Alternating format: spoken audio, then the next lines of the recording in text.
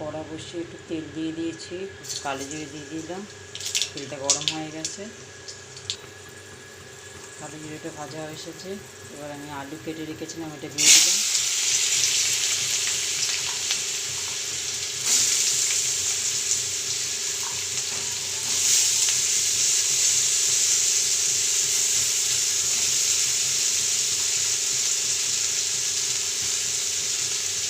আলুটাকে ভেজে নেবো হালকা করে।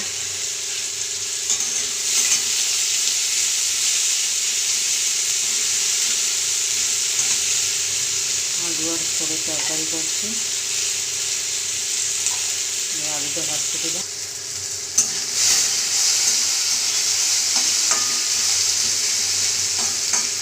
আলুটা হালকা ভাজা হয়ে এসেছে। এবার আমি ছোটটা কেটে রেখেছিলাম, ছোটটা ভেজে নেব আলুর সঙ্গে।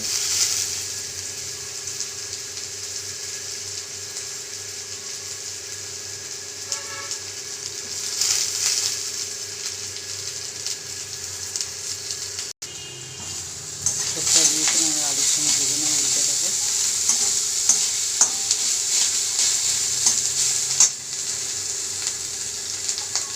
লঙ্কা ফাটিয়ে দিয়ে দিলাম।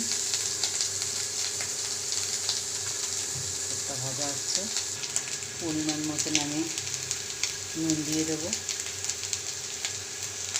এর মধ্যে হলুদ দিয়ে দেবো পরিমাণ মতন। এইটা ফার্স্ট দিয়ে দিয়েছি, আমি নেড়ে নেবো।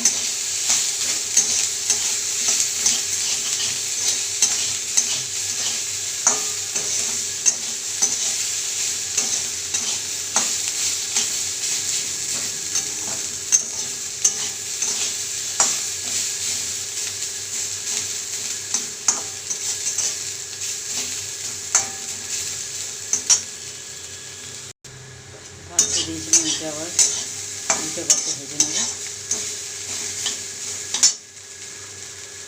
একটা ছোলা সেদ্ধ করেছি, আমি দিয়ে দিলাম।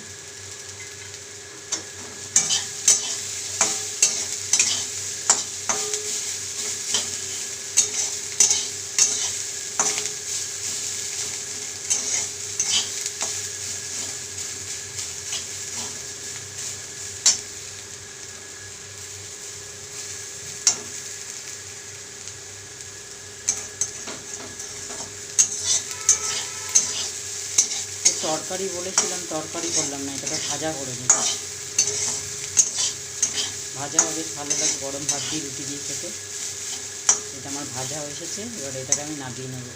এর মধ্যে স্লাইড চিনি ছড়ালে বেশ টেস্ট হয়, আমি এটা স্কিপ করে গেলাম, দেওয়াও যায় চিনি।